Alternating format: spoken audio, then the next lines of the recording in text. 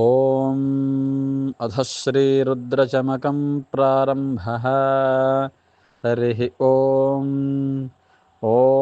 अग्नाविष्णुसजोषसे मा वर्धन्तु वाङ्गिरः द्युम्नैर्वाजेभिरागतम् वाजश्च मे प्रसवश्च मे प्रयतिश्च मे प्रसितिश्च मे धीतिश्च मे क्रतुश्च मे स्वरश्च मे श्लोकश्च मे श्रावश्च मे श्रुतिश्च मे ज्योतिश्च मे सुवश्च मे प्राणश्च मे पानश्च मे व्यानश्च मे सुश्च मे चित्तञ्च आधीतञ्च मे वाक्श्च मे मनश्च मे चक्षुश्च मे श्रोत्रञ्च मे दक्षश्च मे बलञ्च ओजश्च मे सहश्च आयुश्च मे जरा च आत्मा च मे तनोश्च मे शर्म च मे वर्म च मेऽङ्गानि च मे स्थानि च मे परगुंसि च मे शरीराणि च मे ज्येष्ठ्यं च आधिपत्यं च मे मन्युश्च मे भामश्च मे मश्च मेऽम्भश्च मे जेमा च मे महिमा च मे वरिमा च मे प्रथिमा च मे वर्ष्मा च मे द्राघोया च मे वृद्धं च मे वृद्धिश्च मे सत्यं च मे श्रद्धा च मे जगच्छ मे धनं च मे वशश्च मे त्विषिश्च मे क्रीडा च मे मोदश्च मे जातं च मे जनिष्यमाणं च मे सूक्तं च मे सुकृतं च मे वित्तं च मे वेद्यं च मे भूतं च मे भविष्यच्छ मे सुगं च मे सुफतं च रुद्धं च मे रुद्धिश्च मे क्लृप्तं च मे क्लृप्तिश्च मे मतिश्च मे सुमतिश्च मे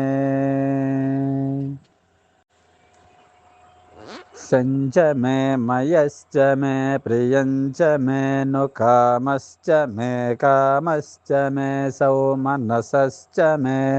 भद्रं च मे श्रेयश्च मे वस्यश्च मे यशश्च मे भगश्च मे द्रविणं च मे यन्ता च मे धर्ता च मे क्षेमश्च मे धृतिश्च मे विश्वञ्च मे महश्च मे संविच्छ मे ज्ञात्रं च मे सोश्च मे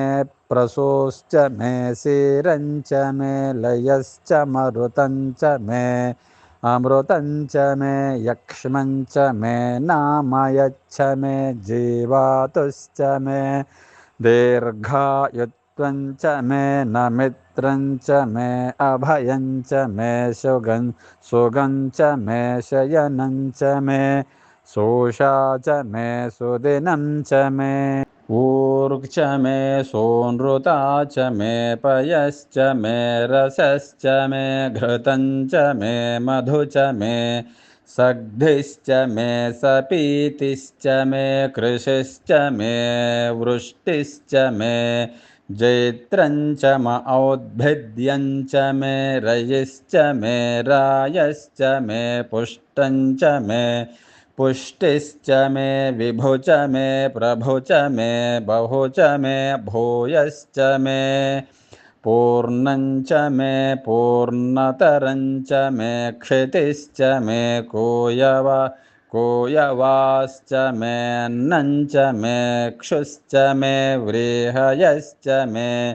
यवाश्च मे माशाश्च मे तिलाश्च मे मुद्गाश्च मे खल्वाश्च मे गोधूमाश्च मे मसुराश्च मे प्रियङ्गवश्च मेणवश्च मे श्यामाकाश्च मे नीवाराश्च मे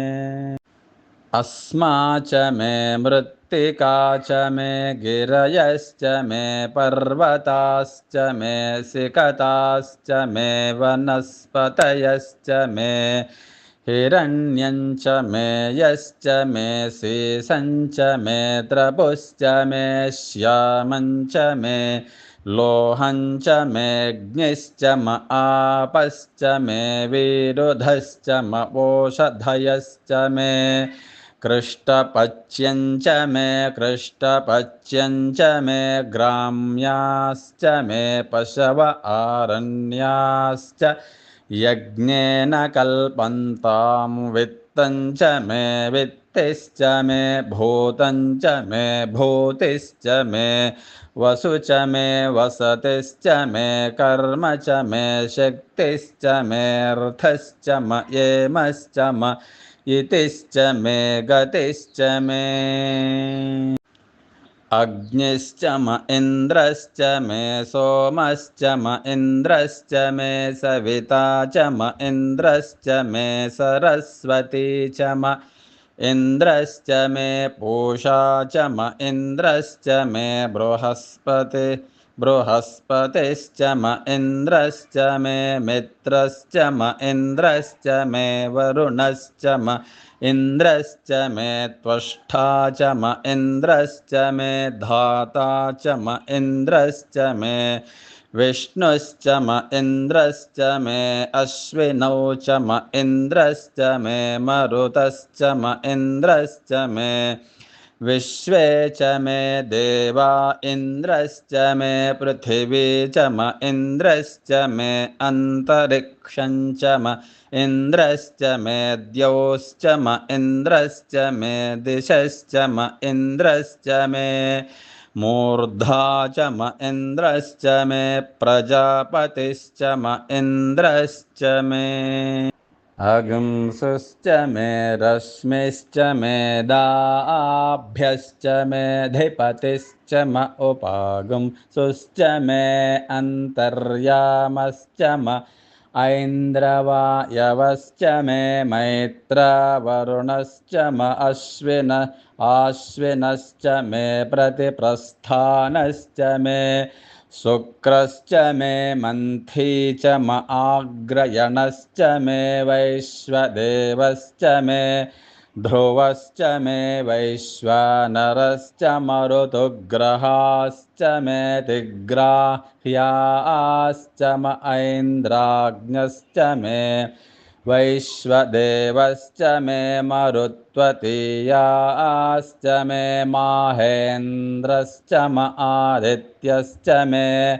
सावित्रश्च मे सारस्वतश्च मे पौष्णश्च मे पात्नी वतश्च मे हार्योजनश्च मे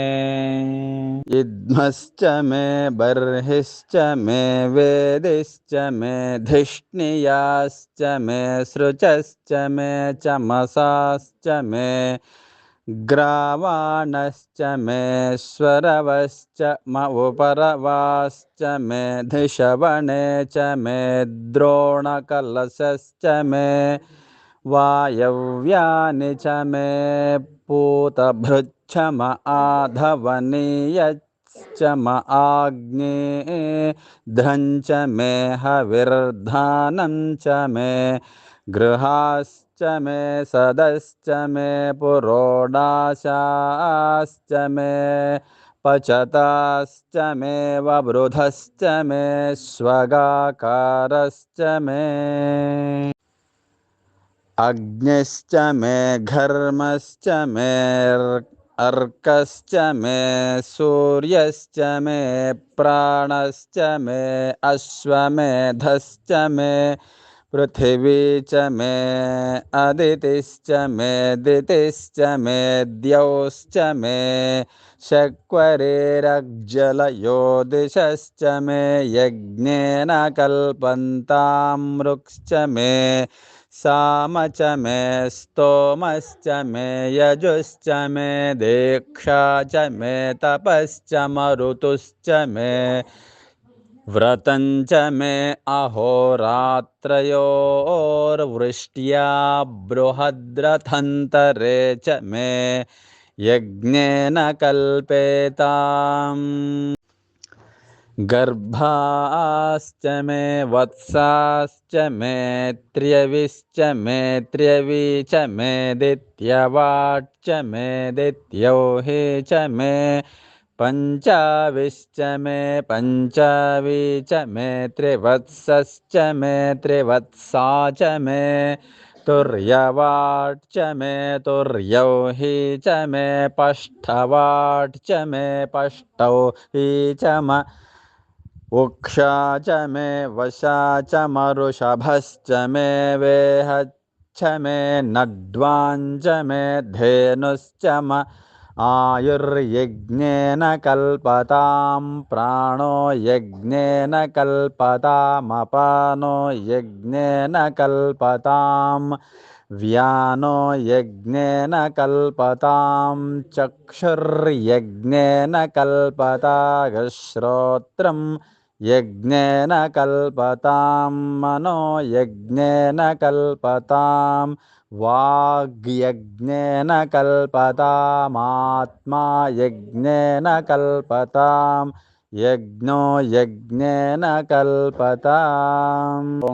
एका च मे तिस्रश्च मे पञ्च च मे सप्त च मे नव च म एकादश च मे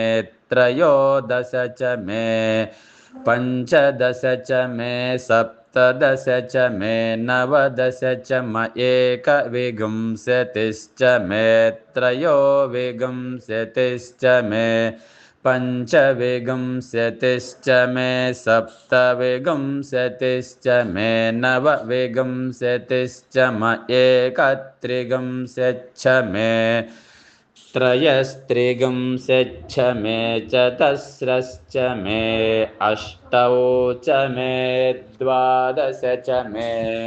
षोडश च मे विंशतिश्च मे चतुर्विंशतिश्च मे अष्टाविंशतिश्च मे द्वात्रिंशच्च मे षट्त्रिंशच्च मे चत्वारिंशच्च मे चतुश्चत्वारिंशच्च मे अष्टाचत्वारिंशच्च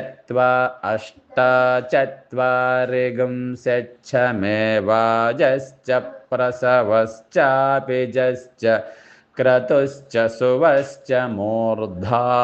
चौव्यश्नियश्चान्त्या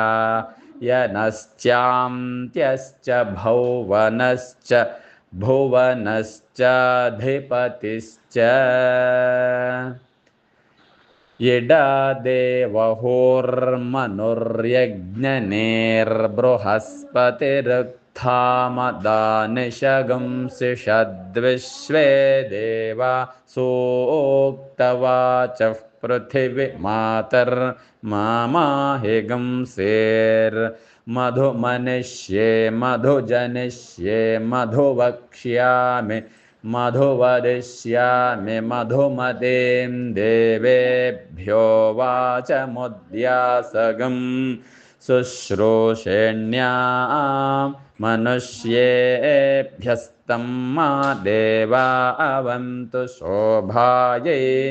पितरोऽनुमदन्तु